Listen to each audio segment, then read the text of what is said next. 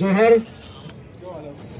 11 ગામોને જે આપણા મરજી વિરુદ્ધમાં જે નગરપાલિકામાં સમાવવાની વાત હોય એના વિરુદ્ધમાં આપણને એક મજબૂત પીઠબળ આપીને જીત સુધી લઈ જવાની તાકાત રાખનાર વાંસદા ચીખલીના ધારાસભ્ય અનંતભાઈ પટેલ સાહેબ, સાથે ઉપસ્થિત તમામ આગેવાનો અને સૌથી આભાર તમારો વ્યક્ત કરું, કારણ કે તમે લોકો અન્યાય સામેની લડાઈમાં આજે બોલતા થયા છે.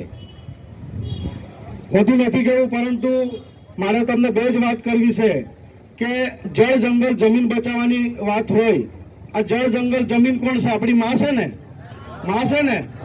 તો આ નફટ નાલાયક લોકો આપણે માના દાવણ પર હાથ નાખતા હોય તો શું કરવાનું? એ હાથ સહિત કાપી રાખવાની તાકાત બહેનોએ રાખવી પડશે. હવે કુંજાલીબેને કીધું કે લોકસભા વિધાનસભા સબસે ઉપર ગ્રામ સભા, તો એ લોકો ગ્રામ સભાથી ઉપરવટ જઈને આપણે વહીવટ કરતા હોય તો અધિકારીઓની બી ખુલ્લા મંચ પરથી કહેવા માંગુ છું, શાનમાં સમજી દેજો, નહીં તો દ્વેષનો ગુનો તમારા પર દાખલ કરતા પણ અમને આવડે છે.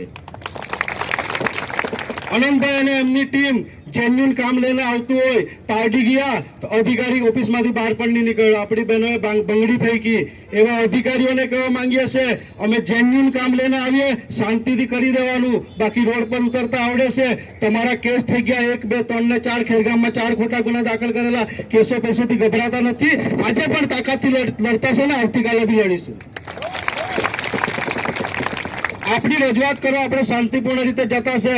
એ અધિકારીને બી કેમ શું તાત્કાલિક અમારી જે અરજી આવે છે એના પર કાર્યવાહી કરીને અમને અમારા ગામમાં જ રહેવા દેજો, બાકી નેશનલ 56 બી અહીંથી જ જાય છે. આજે અહીંયા બેઠા છે અનંતભાઈ, ખાલી જાહેર કરજો નેશનલ 56 બંધ કરીશું બધા થઈને.